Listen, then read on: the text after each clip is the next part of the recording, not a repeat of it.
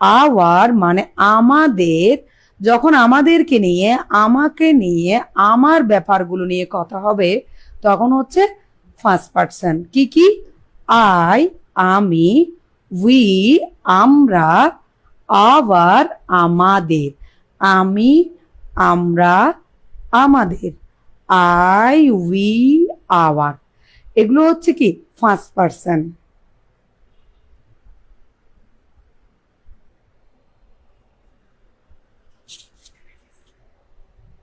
তাহলে এগুলো হচ্ছে কি first person, I we hour, first person.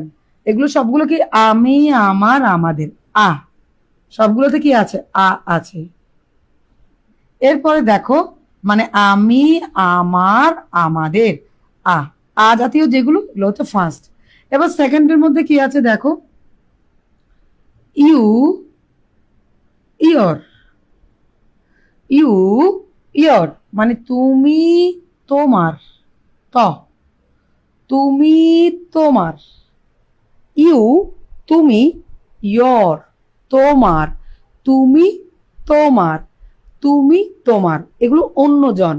প্রথমটা ছিল কি আমি আমার আমাকে, ফার্স্ট পার্সন। এখন তুমি তোমার, ইউ ইয়োর তোমাকে, সেকেন্ড পার্সন। ইউ ইয়োর কি যাবে? Second person. এবার বাকি যা আছে সবই হবে থার্ড পার্সন,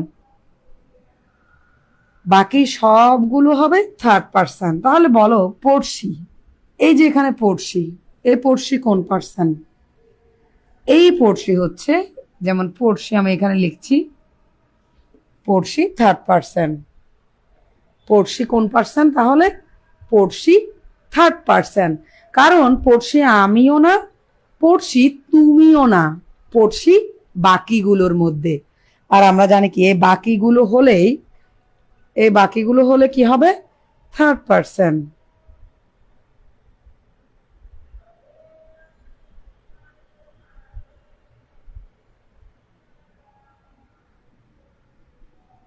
তাহলে মনে রাখবে, এখানে আমি একটা বিষয় লিখে রাখি, এই থার্ড পার্সনের সাথে সবসময় ভার্বে এস বা ইএস দিতে হয়। তাহলে আমরা এস বা ইএস কখন দিব?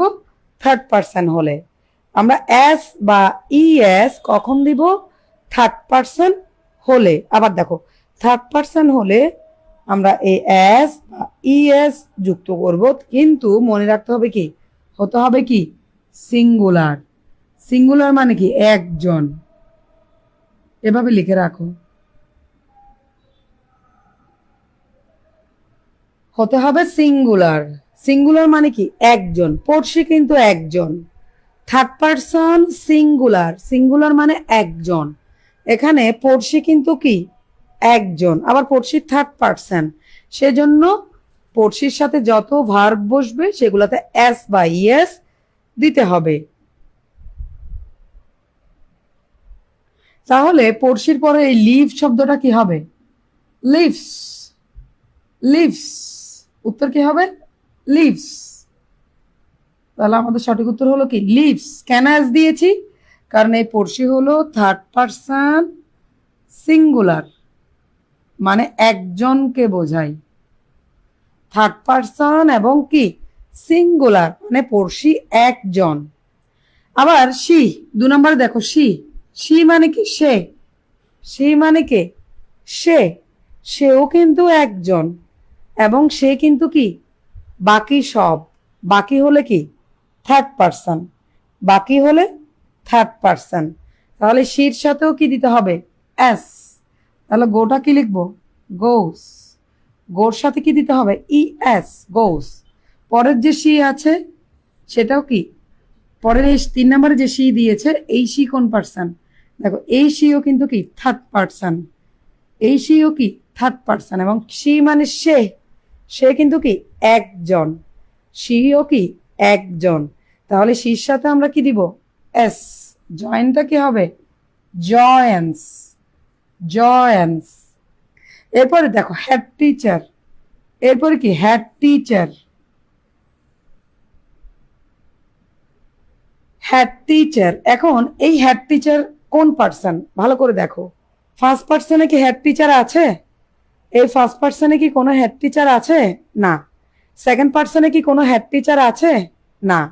তাহলে হেড টিচার যাবে থার্ড পার্সনে, হেড টিচার যাবে থার্ড পার্সনে, এবং হেড টিচার তো একজন, হেড টিচার কিন্তু কি একজন। তাহলে যেহেতু থার্ড পার্সন এবং একজন, এই লিড শব্দটা হবে লিডস, এই লিড শব্দটা হবে লিডস। এবার শেষেরটা দেখো, এভরি গ্রুপ, এভরি গ্রুপ মানে প্রত্যেক দল, প্রত্যেক দল, দল কিন্তু কি এভরি মানে প্রত্যেক, প্রত্যেক মানে এক, একটি দল, একটি। এবং এই ফার্স্ট পার্সনে কি এভরি গ্রুপ আছে? না। সেকেন্ড পার্সনে কি এভরি গ্রুপ আছে? না। তাহলে এভরি গ্রুপ কোথায়? থার্ড পার্সনে, এবং একটি, সেজন্য এস বাই এস দিতে হবে। কি লিখতে হবে? Includes, includes. তাহলে আজকে আমরা একটি নিয়ম শিখলাম, সেটি কি?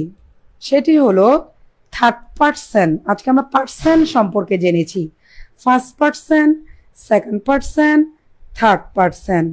এবং যদি এই থার্ড পার্সন হয় এবং একজনকে বোঝায়, তখন ভার্বের সাথে এস বা ইএস যুক্ত করতে হয়।